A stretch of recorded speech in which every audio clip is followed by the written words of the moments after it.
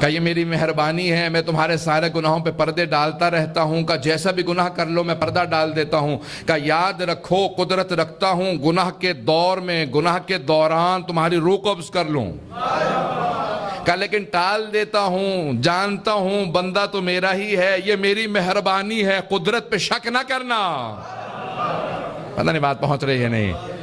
تو قدرت پروردگار جو ہے کبھی بھی اس پہ ذہن میں شبہ نہ آنے دیں، کبھی شک نہ آنے دیں۔ خداوند متعال بے انتہا قدیر ہے، اس کی قدرت کا انسان کو اندازہ نہیں۔ سب کی توجہ میرے ساتھ ہے یا کہیں اور بڑھ چکی ہے؟ تو توجہ میرے ساتھ۔ اللہم صلی محمد وعجل فرجہ۔ تو عزیزان گرامی، خداوند متعال ہے قدیر، اس کی قدرت پہ کبھی شک نہ کریں۔ تو اب یہ جتنے بھی ذہن میں شبہات ڈالے جاتے ہیں کہ آیا اللہ ایسا کیوں نہیں کر دیتا، اللہ ویسا کیوں نہیں کر دیتا، بھائی یہ جتنے بھی سوالات آپ کر رہے ہیں کہ اللہ ایسا کیوں نہیں کر دیتا، جب پوچھا کہ اللہ کہاں ہے، امین پہ چھپ کے بیٹھ جاتا ہے، شکار حال ذرا مطمئن ہو کے کھڑا ہو جائے پھر حملہ کروں گا۔ اللہ کہتا ہے کہ یہ جتنے ظالم ہیں نا ان سے کہہ دو اِنَّ رَبَّكَ لَبِالْمِرْصَادِ، جس طرح شیر کمینگاہ میں کمان لگائے بیٹھا ہوتا ہے کہ جب شکار آ جائے، ظالموں سے کہہ دو خدا غافل نہیں ہے، یہ انہیں اللہ چھوٹ دے رہا ہے، یہ سمجھ رہے ہیں اللہ غافل ہو چکا ہے، ایک ہی مرتبہ حملہ کرنے کے بعد میں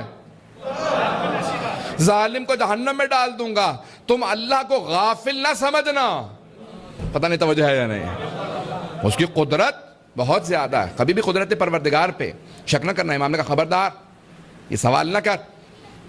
اس نے امام کو زندان میں ڈال دیا کہ مولا وہ اس کی جو بہن ہے وہ آپ سے اس نے بیاہی تھی، آپ ذرا کسی سے سفارش لگوائیں کھلوا دیں۔ اللہ کا جو نمائندہ ہوتا ہے اس کا کردار کیسا ہوتا ہے، جلدی سے اشارہ کر دوں۔ قدرت پروردگار پہ ایمان کتنا ضروری ہے۔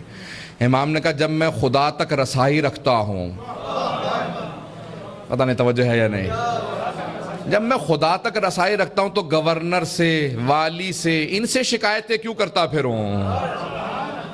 کہا پھر مولا آپ اس سے کہیں گے؟ کہا میں نے کہہ دیا ہے۔ کہا کیا ہوگا؟ آپ نے کہہ دیا۔ امام نے کہا صبح تک تجھے نتیجہ مل جائے گا۔ پتہ نہیں توجہ ہے یا نہیں؟ امام نے کہا تجھے صبح تک نتیجہ مل جائے گا۔ صبح خبر آئی کہ سب آزاد ہیں۔ کہا کیوں؟ کہا کیونکہ بادشاہ رات میں مر گیا۔ اب سب امام کی بارگاہ میں آئے، کہا کہ مولا یہ کیا ہوا؟ مولا نے کہا میں نے تجھے کہا تھا نا، میں نے اس تک کہہ دیا ہے جس کے قبضہ قدرت میں ہر شے ہے، اب اس کی قدرت سے کسی ظالم کو فرار نہیں ہے، اس نے اس پہ شک کیا تھا، میں نے اس خدا تک کہہ دیا کہ پروردگار ایسے بتا دے، صبح تک اسے نتیجہ مل گیا۔ عزیزان گرامی، کبھی بھی قدرت پروردگار پہ شک نہ آنے دیں۔ اب دین کیا، جو انسان دین کو پہچانتا ہوگا اس پہ عمل ضرور کرے گا۔ سب کی توجہ ہے؟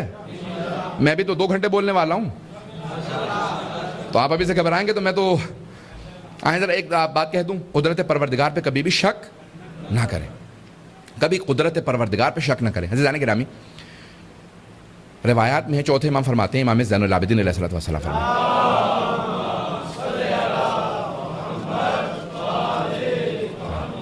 وعجل فرج۔ سب کی توجہ ہے میرے ساتھ؟ مولا فرماتے ہیں کسی ایسے پہ کبھی ظلم نہ کرو جس کا سوائے پروردگار کے اور کوئی نہ ہو۔ کہ مولا کیوں؟ کہ دیکھو جس کا کوئی ہو نا تو اللہ اس کے بدلے میں تاخیر کر دیتا ہے، لیکن جس کا کوئی نہ ہو سوائے پروردگار کے، اس کے بدلے میں خدا تاخیر نہیں کرتا، فوراً بدلہ لیتا ہے۔ پتہ نہیں بات پہنچ رہی ہے نہیں؟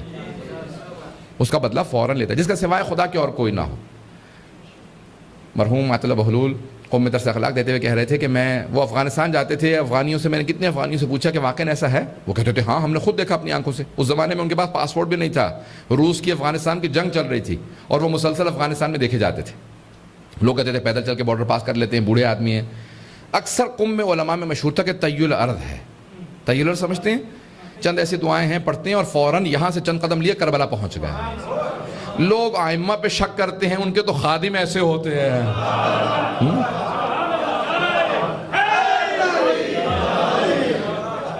اب آغائے بہلول کے متعلق ہے، وہ کہتے ہیں کہ میں کابل میں ایک جگہ پہ کھڑا تھا، ایک چیک پوسٹ تھی، تو وہاں پہ ایک آپ نے بھی دیکھا پٹھانوں میں ایک زمانے میں بٹیر لڑوانے کا، جوا کھیلنے کا بڑا ایک رائج تھا. ابھی بھی ہے بہت سے علاقوں کے اندر، پاکستان میں پنجاب میں بھی ہے، بہت سے علاقوں میں، سندھ میں بھی ہے. مرغوں کو لڑواتے ہیں، پرندوں کو لڑواتے ہیں، جانوروں کو لڑواتے ہیں، جوا کھیلتے ہیں اس میں. تو ایک آدمی بٹیر لے کے جا رہا تھا، اس سے پوچھا کہ بھائی تم یہ بٹیر کیوں لے کے جا رہے ہو؟ اس نے کہا میں نے پالا ہوا. کہ نہیں تم جواری ہو؟ اس نے کہا میں جواری نہیں ہوں. اس نے کہا نہیں تم جواری ہو. عبداللہ بہلول کہتے ہیں میں کھڑا دیکھ رہا تھا، اس نے پنجرے سے اس بٹیر کو نکالا اور ایک دم سے اس کی گردن توڑ دی. گردن توڑی اور بٹیر زمین پہ پھینکا. جا رہا تھا، ایک کار آ رہی تھی، چیک پوسٹ تھی سامنے، بیریئر لگا ہوا تھا کہ گاڑی نہیں جا سکتی. کار آ رہی تھی، اس نے بریک لگائی، لیکن اچانک اس سپاہی کو ٹکر لگی، اس کا دھڑ الگ گر گیا، سر الگ گر گیا.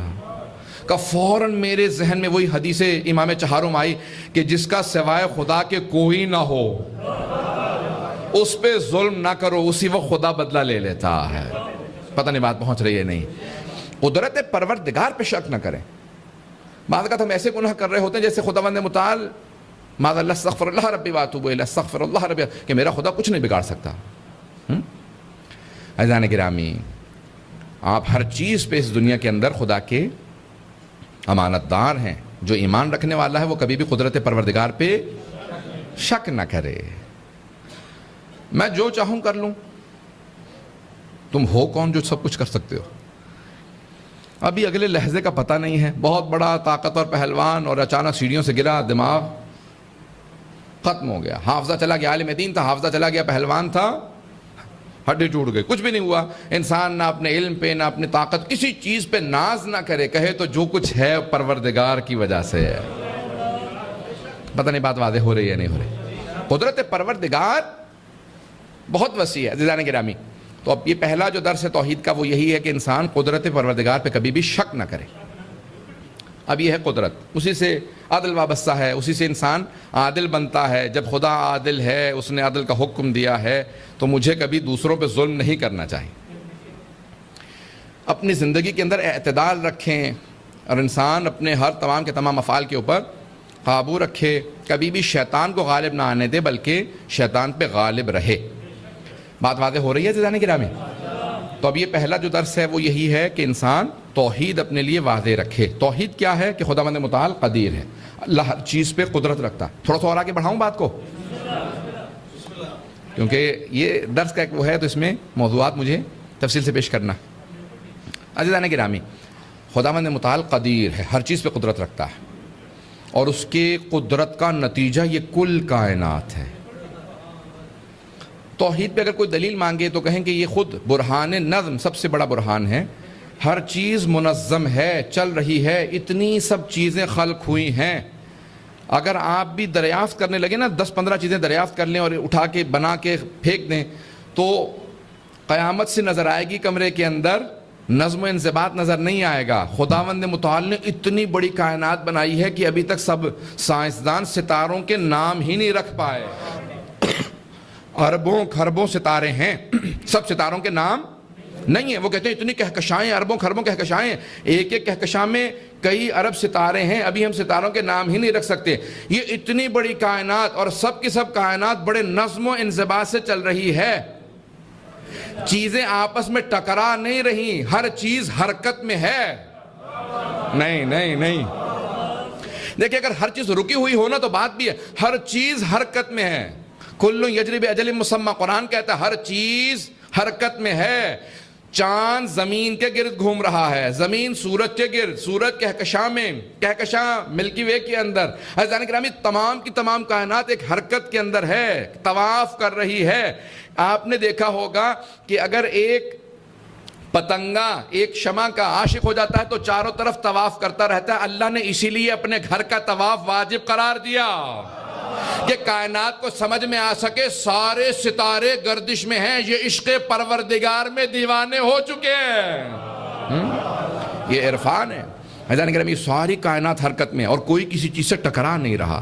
سورج چاند سے نہیں ٹکراتا، چاند زمین سے نہیں، زمین مریخ سے نہیں، مریخ عطارد سے نہیں. کوئی شے کسی سے ٹکراتی نہیں ہے. اگر ٹکرا جائے تو قیامت آ جائے. ہر چیز چل رہی ہے تو بنانے والا قدیر ہے. پتہ نہیں بات واضح ہے یا نہیں؟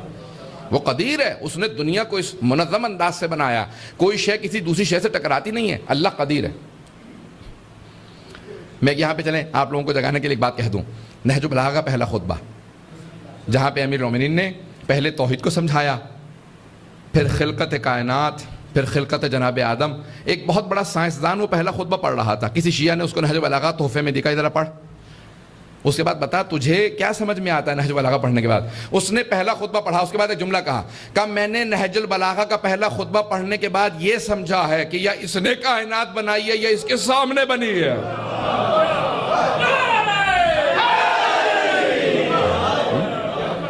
اس نے بنائی ہے یا اس کے سامنے بنی ہے. شاہد و مشہود، اس کائنات کے کون کون شاہد ہیں. عزیزان گرامی، قدرت پروردگار پہ کبھی بھی شبہ نہ آنے دیں. اپنے ذہن کے اندر کبھی بھی قدرت پروردگار پہ شبہ نہ آنے دیں. خداوند متعال قدیر مطلق، ہر شے اس کی قدرت میں ہے.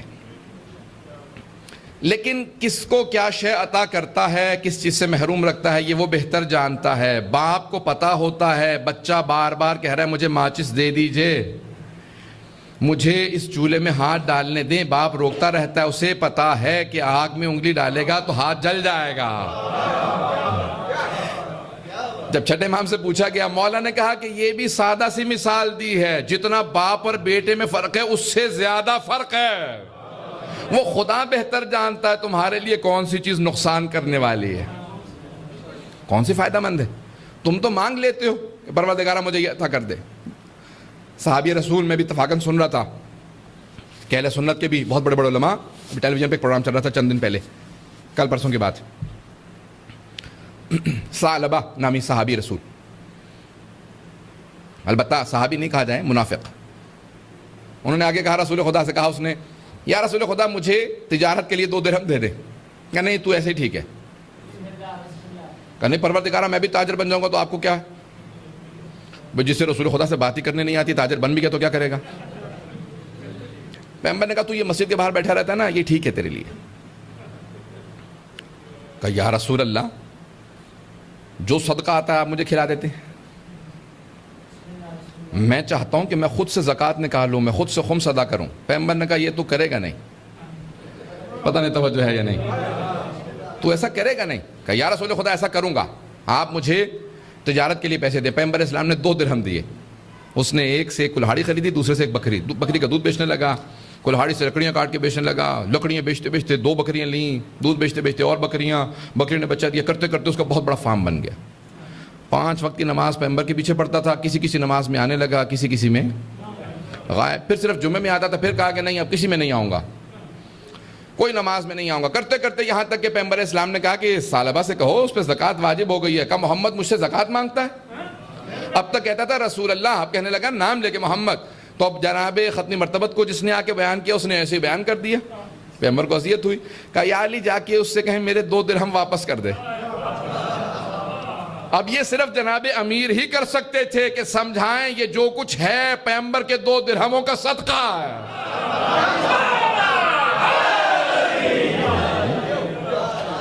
جناب امیر نے کہا پیغمبر کے 2 درہم واپس کر. تو اس نے کہا اے علی اب میرے پاس بہت پیسہ آ گیا، محمد کے 2 درہم یہ رہے. بکریاں مرنے لگی، فصلیں اجڑنے لگی، سب کچھ اجڑ کے پھر دوبارہ مسجد کے باہر آ کے بیٹھ گئے. جب واپس آ کے بیٹھا تو پیغمبر اسلام جب پہلے آتے تھے تو اس کو سلام کرتے تھے، السلام علیکہ یا ثعلبہ، اے ثعلبہ تجھ پہ سلام ہو. اب جب آ کے باہر بیٹھا تو دونوں ہاتھ جوڑ کے کہنے لگا السلام علیکہ یا رسول اللہ. پیغمبر نے کہا تو محمد کہنے لگا تھا. کہا میں نے آپ کو سلام کیا ہے، آپ کے دین میں سلام کا جواب دینا واجب ہے. پیغمبر نے کہا ہاں مسلمان کے تم میری رسالت کا منکر ہو چکا، نگاہوں سے دور ہو جا. تو توہین کر چکا ہے خداوند متعال کی قدرت کی، میری رسالت کی، آخرت کا انکار کر چکا، زکوٰۃ کا، ہر چیز کا انکار کر چکا. چلا جا. پھر واپس آ کے باہر بیٹھا رہتا السلام علیکہ یا رسول اللہ. پیغمبر جواب نہیں دیتے تھے. کہا جب تک اس کی آزمائش نہیں ہوئی اس کا ایمان چھپا رہا. نہیں بات کو پہنچا پایا.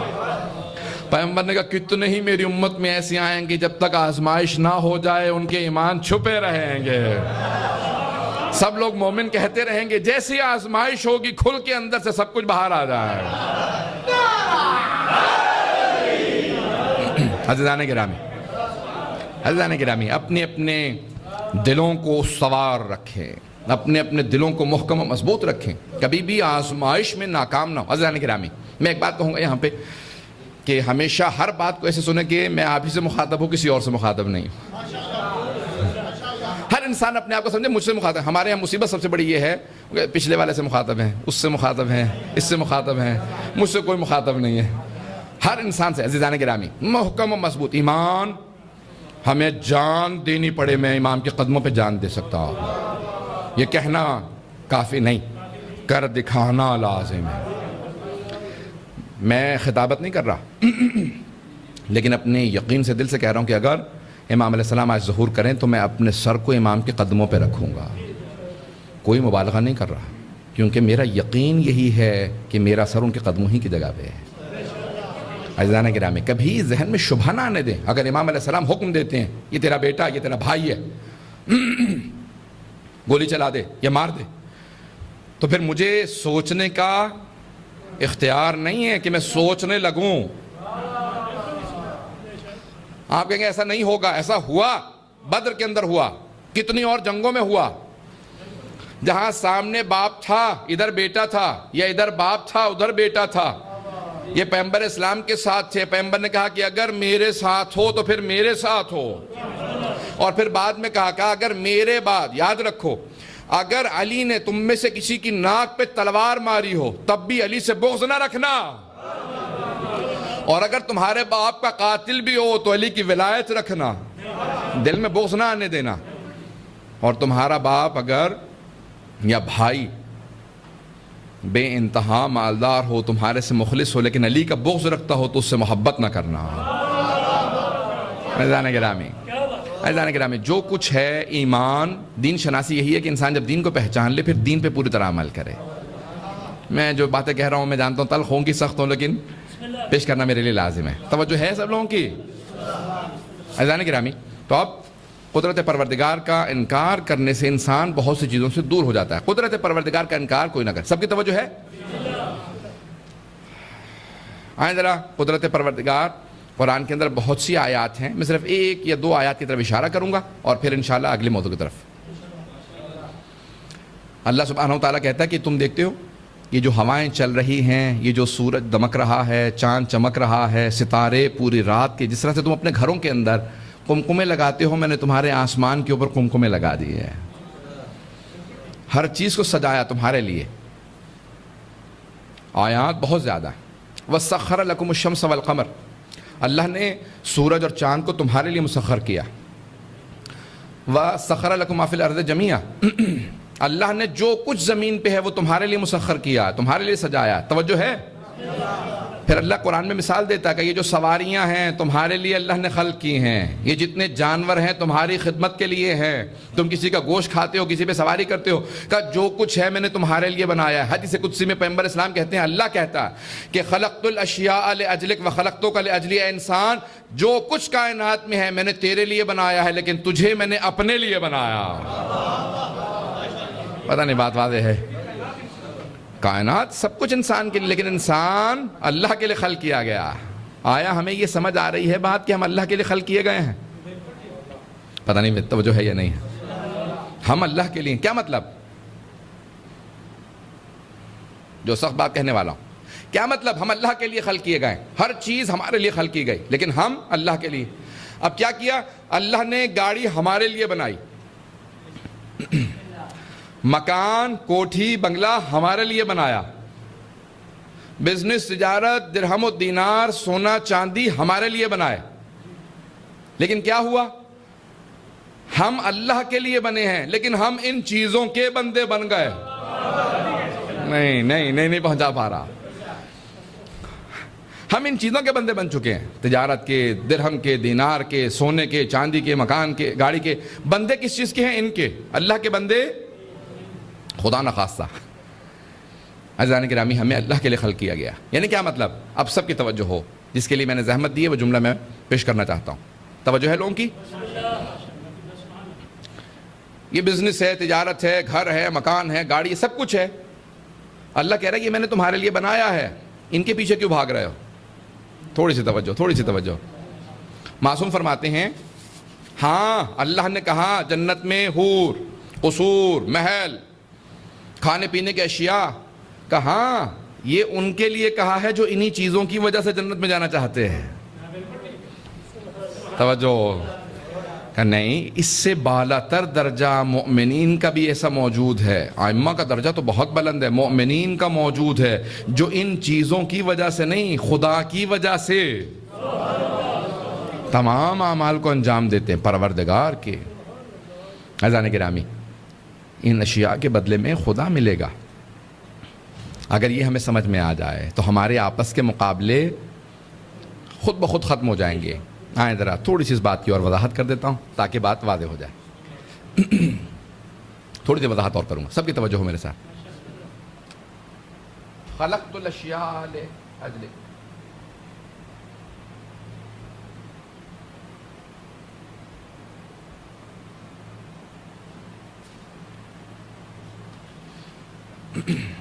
خلقت الاشیاء لاجلک وخلقتک لاجلی. سب کی توجہ ہے؟ میں نے ہر چیز کو تیرے لیے خلق کیا اور تجھے اپنے لیے خلق کیا. اے انسان، دنیا کا بندہ نہ بن. دنیا کا بندہ نہ بن. دنیا کی بندگی کیا ہے؟ توجہ توجہ، سب کی توجہ ہو. خدا را تھوڑی سی توجہ کریں. میں جانتا ہوں آپ لوگ کام پہ رہے ہوں گے سارا دن، آپ نے زحمت بھی کی ہوگی، پھر بھی دین کی محبت میں سب کے سب پہنچ گئے. خدا مند متعال آپ کا آنا قبول فرمائے. صاحب الزمان علیہ السلام کا سایہ آپ کے سر پہ قائم و دائم رہے. لیکن توجہ کریں گے، یہ دنیا کی بندگی کیا چیز ہے جس کی بہت سخت مذمت ہے؟ جس کے دل میں، اب یہ حدیث ہے معصوم علیہ السلام فرماتے ہیں، جس کے دل میں، حضرت علیہ السلام کہتے ہیں، جس کے دل میں آخرت کی محبت ہو، جو آخرت والے ہیں اللہ نے دنیا ان پہ حرام قرار دے دی ہے، اور جو دنیا والے ہیں ان پہ آخرت حرام ہے. توجہ، جو آخرت والے ہیں ان پہ دنیا حرام، جو دنیا والے ہیں ان پہ آخرت حرام ہے. عزیزان گرامی، ہم دنیا کے بندے ایسے بن جاتے ہیں کہ ہمیں پھر کچھ یاد نہیں ہوتا. جب ہم دنیا میں ہوتے ہیں تو کہتے ہیں دنیا ہی سب کچھ ہے. لیکن اگر ہمیں دنیا کے تمام کاموں میں آخرت یاد ہو،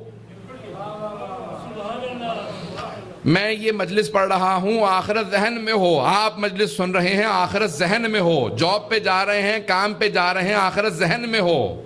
یہاں تک کہ ایک مرجع سے پوچھا گیا آپ کھانا پینا جو سب کچھ یہ کرتے ہیں، کہا یہ تک مستحب ہے، عبادت ہے، مجھے اس کا ثواب ملے گا. کیوں؟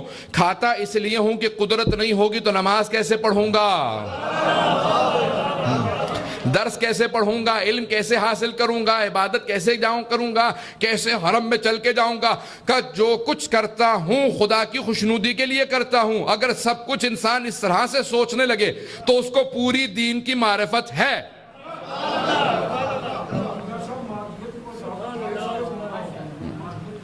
عزیزان گرامی، انسان دنیا کا بندہ نہ بنے، دنیا کی بندگی نہ کرے، خدا کی بندگی کرے. سب کی توجہ ہے میرے ساتھ؟ کہ دنیا کی بندگی انسان کو خدا سے دور کر دیتی ہے. آئیں ذرا حدیث کے الفاظ پیش کر دوں. دو چیزیں ایک جگہ جمع نہیں ہو سکتی، حب الدنیا و حب اللہ. اللہ کی محبت اور دنیا کی محبت. جب جب آپ کے دل میں دنیا کی محبت ہوگی، محبت خدا ختم ہو جائے گی. جیسے ہی محبت خدا آئے گی دنیا کی محبت چلی جائے گی. بہتر تو ہے یہی کہ نہ دنیا سے دل لگے، پر کیا کریں جو کام نہ بے دل لگی چلے. ابراہیم ذوق سن رکھا نا، ذوق بہت بڑا شاعر تھا، مرزا غالب کا ہم عصر تھا. یہ اس نے شعر کہا، وہ کہتا بہتر تو ہے یہی کہ نہ دنیا سے دل لگے، پر کیا کریں جو کام نہ بے دل لگی چلے. بھئی انسان اگر دل نہیں لگائے گا تو انسان کا کام کرنے کا جی نہیں کرتا. لیکن اگر انسان کا اس کام میں کوئی ہدف ہو، ہدف مخلص ہو، ہدف اچھا ہو، ہدف ہو اور اچھا ہو، تو خود بخود انسان کا دل بھی لگے گا. لیکن اس کو کوئی ہدف ہوگا جس کی خاطر وہ کام کر رہا. بس میں زیادہ اس میں آپ لوگوں کو پریشان نہیں کرنا چاہتا. عزیزان گرامی، اگر انسان کو قدرت پروردگار پہ یقین ہو تو انسان جو کچھ کما رہا ہے، انسان کو یہ ہو کہ دنیاوی چیزیں الگ ہیں اور اخروی چیزیں الگ ہیں. مجھے آخرت کے لیے بہت کچھ کمانا ہے. مولا فرماتے ہیں کچھ چیزیں مرنے کے بعد ختم نہیں ہوں گی، کچھ چیزیں مرنے سے ختم ہو جاتی ہیں. میں نے بہت بڑا مکان بنا لیا، مرنے کے بعد ختم. گاڑی بنا لی، خرید لی، مرنے کے بعد ختم. کچھ چیزیں ایسی ہیں جو میرے ساتھ جائیں گی. کون کون سی چیزیں ہیں؟ سب کی توجہ ہے. علم میرے ساتھ جائے گا، علم ساتھ جائے گا. تقوی، زہد، جو عمل کیا تھا میرے ساتھ جائے گا. عزیزان گرامی، اس لیے کچھ نہ کچھ مسلسل سیکھتے رہیں، کچھ نہ کچھ عمل کرتے رہیں. جو ساتھ جانے والی چیزیں ہیں انہیں مضبوطی سے تھامے رکھیں. آئیں ذرا اگلے مرحلے میں داخل ہونا چاہتا ہوں. صلوات پڑھیں محمد والے محمد پہ.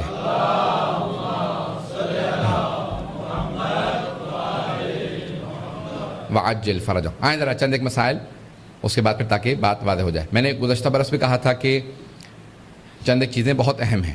اصول دین عقائد ہیں، فروع دین اعمال ہیں، اور اس کے بعد پھر تیسری چیز ہے اخلاق، وہ پھل ہے. اس درخت کے پھل کو کبھی ترک مت کریں. آئیں ذرا کچھ ایک فقہی جلیلی آپ کے سامنے ایک اصول بتا دوں تاکہ وہ اصول آپ کو ہمیشہ یاد رہے.